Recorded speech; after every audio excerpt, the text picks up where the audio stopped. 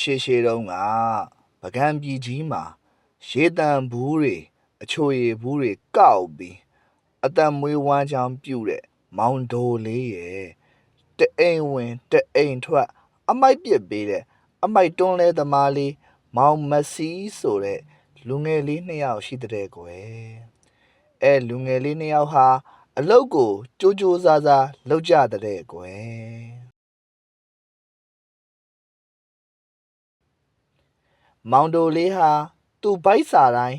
ဦးဂျက်ကီချန်ရောက်တဲ့မုံဟင်းကားဆိုင်မှာအမြဲတမ်းဝယ်စားလေးရှိတယ်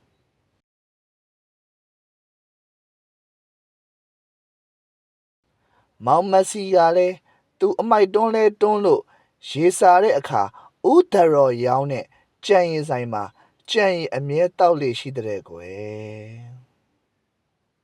မောင်ဒိုလေးရောမောင်မစီရောကြိတ် crush နေကြတဲ့မမလီစာကတော့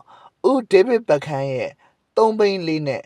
ပကံဖျားကိုညနေတိုင်းဖျားဘူးလာလေးရှိတဲ့ကွယ်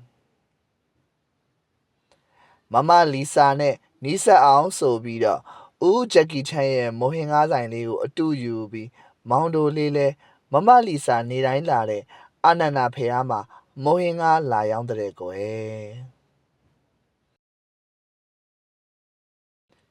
မောင်မစီကလည်းဦးဒရော့ရဲ့ကျင်းရည်တိုင်းဖွင့်တာကိုအားကြပြီးမမလီစာနေတိုင်းလာတဲ့အာနန္ဒာဖျားမှာကျင်းရည်တိုင်းလေးဖွင့်လိုက်တဲ့ကွယ်ဒီလိုနဲ့မမလီစာကတော့သူ့ကိုကြိုက်နေတဲ့မောင်ဒိုလေးရဲ့မုံဟင်းကားဆိုင်မှာမုံဟင်းကားလေးလာစားပြီးအထာပေးလိုက်နဲ့မောင်မစီရောင်းတဲ့ကြံရည်လေးဝယ်တောက်လိုက်နဲ့ရေလာမြောင်းပြီးလုံနေတာပေါ့ကွယ်တရက်ပြီးတရက်အချိန်နေကြာလာတော့မောင်ဒိုလေးနဲ့မောင်မစီကမမလီစာကိုဖွင့်ပြောလိုက်ကြတဲ့ကွယ်မမလီစာကတော့သူ့ကိုတင်တောင်းတင်နဲ့ထားနိုင်မဲ့သူပတ်စံပိုပြီးချမ်းသာတဲ့သူကိုအဖြေပြန်ပေးမယ်လို့သူတို့2ယောက်စလုံးကိုပြောလိုက်တော့မောင်ဒိုလေးရောမောင်မစီတို့2ယောက်စလုံးမနက်ဆိုရေတံဘူးကအမိုက်တွန်းလဲနဲ့အမိုက်ပစ်ညနေဆိုဖျားမှာမောဟင်ကာရောင်းကြံ့ရင်ရောင်းနဲ့2ယောက်စလုံးပတ်စံကိုပင်ပန်းစူးစမ်းရှာဖွေကြတဲ့ကွယ်တညနေမှာတော့မမလီစာကအသားမဲမဲနဲ့မောင်အန်ပါဘေနောက်ကိုခိုးရလိုက်ပြေးသွားတဲ့ကွယ်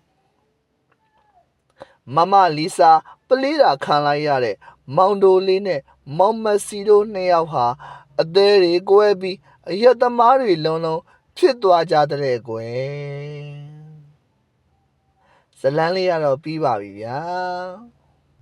ပေးခြင်းတဲ့ message ကတော့အသားဖြူတဲ့ကောင်မလေးတွေဟာအသားမဲတဲ့ကောင်လေးတွေဆိုရင်ပို့ပြီးအိမ်အောင်ဘက်အဖြစ်ရွေးချယ်တတ်ကြတယ်ဆိုတာပဲဖြစ်ပါတယ်